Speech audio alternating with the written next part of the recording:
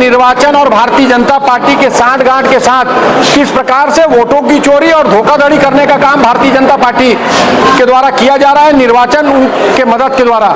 रायपुर और छत्तीसगढ़ प्रदेश में दो वर्तमान के विधायक जिनका पूरा परिवार का नाम दो विधानसभा में अलग अलग ईपिक नंबर के साथ, जो कि कभी नहीं हो सकता, वो है। जब विधायक और उनके पूरे परिवार का नाम दो विधानसभा में है तो भारतीय जनता पार्टी के कार्यकर्ताओं का नाम भी कई जगह अलग अलग विधानसभाओं में है। निर्वाचन इलेक्शन कमीशन और भारतीय जनता पार्टी की सांठगांठ में अभी मैंने आपको दिखाया किस प्रकार से दो तीन चार नाम एक ही व्यक्ति के अलग अलग विधानसभा में कैसे अंकित हैं।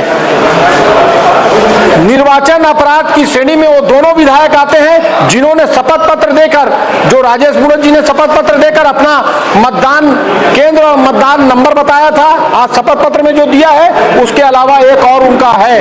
उसी प्रकार से संपत अग्रवाल जो बसना के विधायक हैं, उनका भी शपथ पत्र में जो वर्तमान में दिया है उसके अलावा रायपुर दक्षिण में भी उनका नाम है और रायपुर बसना में भी नाम है। ये अपराध की श्रेणी में आता है। निर्वाचन अपराध है। अभी निर्वाचन अधिकारी से कंप्लेंट करने की शिकायत करने हम तमाम साथी जाएंगे और इसी बात को हम लोग बार बार कह रहे हैं। छत्तीसगढ़ में कांग्रेस की सरकार बन रही थी, राहुल गांधी जी ने जब मतदाता सूची को लेकर एक बड़ी प्रेस कॉन्फ्रेंस ली तो छत्तीसगढ़ में भी सरकार बनने का अंदेशा था, इस बात को कहा। और उस समय तमाम मीडिया ग्रुप से लेकर तमाम सर्वे कंपनी इस बात को कह रही थी कि कांग्रेस की सरकार छत्तीसगढ़ में बन रही है। और 2018 से 2023 तक नए 18.5 लाख मतदाता जुड़े और 6 लाख मत खाली कांग्रेस पार्टी को बीजेपी से कम मिला है। हमारे कहने का मतलब यह है, और 15 सीट कांग्रेस के ऐसे प्रत्याशी हैं जो 15,000 वोटों से कम मतों से हारे हैं। हमारी 10 सीट ऐसी है जो 10,000 वोट के अंदर हमारे प्रत्याशी आ रहे हैं। कहीं हमारा प्रत्याशी 16 वोट से आ रहा है, कहीं हमारा प्रत्याशी 94 वोट से आ रहा है, कहीं हमारा प्रत्याशी 87 वोट से आ रहा है, कहीं हमारा प्रत्याशी 200 वोट से आ रहा है, कहीं हमारा प्रत्याशी 800 वोट से आ रहा है। इसी प्रकार से छत्तीसगढ़ में लोकसभा के चुनाव के परिणाम देखेंगे।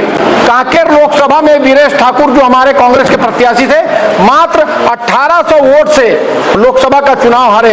इसका मतलब भारतीय जनता पार्टी ने निर्वाचन आयोग के साथ मिलीभगत करके इतना बड़ा गंडागोल किया है। उसी को लेकर आज हम लोगों ने ये प्रेस वार्ता की है।